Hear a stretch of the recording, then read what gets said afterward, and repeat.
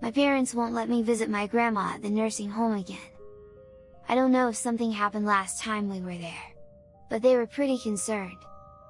Whenever I asked what the reason is, they simply kept silent. They just leave me completely clueless. When my grandpa died last year, my grandma decided to live in a nursing home. She said that being alone at our house will drive her crazy, so might as well go to a nursing facility. At least if she's there, she will always have company. My grandma was happy with her decision because she met people who just didn't become her support group, but became her friends as well. But the person who benefited the most from this setup was me. Whenever we go to the facility, her friends always give me chocolates and candies, because I always make them laugh with my antics and jokes. It was late afternoon when we saw her last month. We went to the lounge area on the 4th floor where my grandma usually wait. I noticed that she was a bit gloomy that day.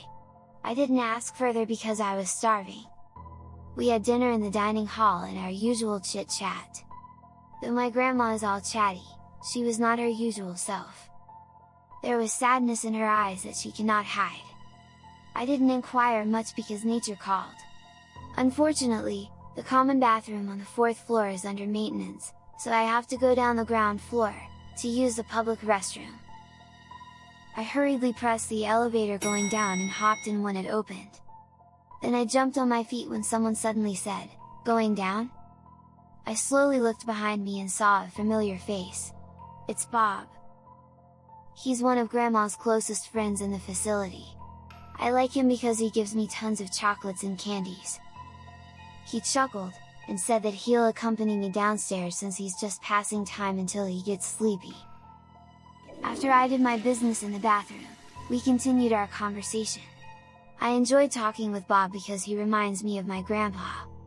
Then I asked him if we can stay in his room, which is also on the 4th floor. With a sullen face, he told me that he got transferred to the 1st floor. I told him it's fine. As long as I get to sit on his beanbag and have some chocolates and candies, I told myself. We were walking to his new room when my phone rang. It was my dad, asking where I was, because I was almost gone for almost an hour. I told him I'm alright. I'm with Bob, then I hung up. Bob's new room is dark and super cold. I can hardly see where I was going. I asked him to turn the lights on, but he didn't respond. I continued walking, then I bumped into his bed. As my eyes were beginning to adjust in the darkness, I saw Bob sleeping on his bed. I chuckled and thought that he must have been really tired. I held Bob's arm and shook him, asking him to wake up. He was freezing cold. Maybe that's why he's all covered with a blanket, I told myself. Then suddenly, to my surprise, the light turned on. I saw my parents, my grandma, and the nursing home administrator by the door. They were speechless and shocked when they saw me. I waved at them and exclaimed, "I'm alright. I'm with Bob," while pointing at him. My parents ran to me and immediately brought me out of the room. They looked worried. And I was puzzled. My grandma was crying while asking why I was there. I told her that I ran into Bob in the elevator. We chatted, then I asked him if we can stay in his room. She hugged me tightly and asked if I was fine. Why do people keep asking how am I? I was beginning to get annoyed. Again I just said, "I'm alright, I'm with Bob." When we were about to leave, I asked the nursing supervisor how come my grandma has no name in her room. Because Bob has one.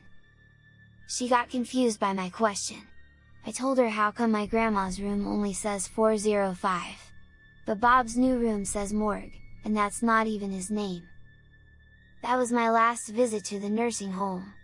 No matter how I persuade my parents, they won't let me visit my grandma again. And I don't know why. And also, I want to visit Bob. It's really unfair to him, because he's been visiting me at home every night, even up to this day.